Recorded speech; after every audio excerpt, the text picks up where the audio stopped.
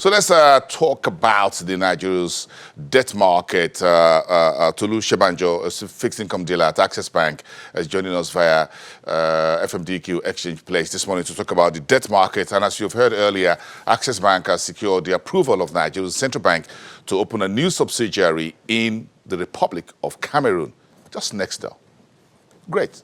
Shebanjo, good morning. Let's talk to you. Let's talk to you about the fixed income space. Yesterday, the treasury bills market was a little bit hot, but again, we saw the primary market auction by the central bank 90-day stop rates down to about 2.95%, below the 3% threshold. Shebanjo, good morning. Welcome to the program. Good morning. Thank you for having me. I keep asking, where's the yield curve? Where is the stop rates going? Some folks on social media says we're going the way of the U.S. Treasuries, around 0%. Is that likely? Do you think the central bank will take us there? Well, I really don't think so. I don't think we'll get to the 0% levels. But however, we see the yields coming downwards.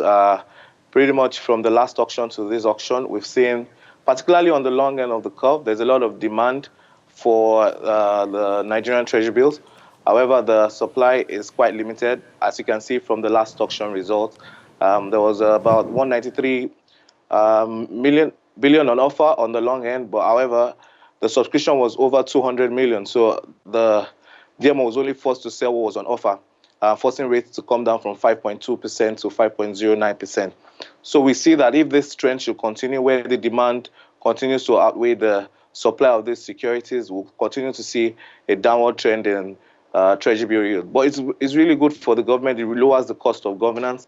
However, for investors, I think what they are trying to do is to allow them to diversify their investment portfolios. Particularly the pension fund administrators, they will need to come up with a strategy on how to make their funds yield more. Tolu, at what point do you think the central bank will have to stop? 2%, 1%, 1 point whatever percent. What's your take at Access Bank, or speaking among your colleagues and making phone calls over lunch or whatever? Where do you guys see the central bank stopping or putting its foot on the brakes here? At what point? Well, so far they've not actually reduced the monetary policy rate, which is still at 13.5%. We don't see the yields coming any lower than between 3.6 and 4%.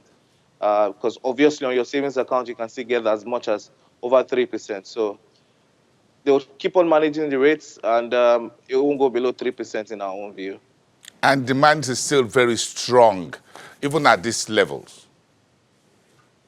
Very strong. And, well, it's a good time for the government to borrow. The DMO has plans of funding the budget deficit. 86% of the budget deficit, which is about 1.5 trillion, will be funded through borrowing in this 2020. And they have stated that 46% of that will be funded through local borrowing. So we should see them coming to the market more.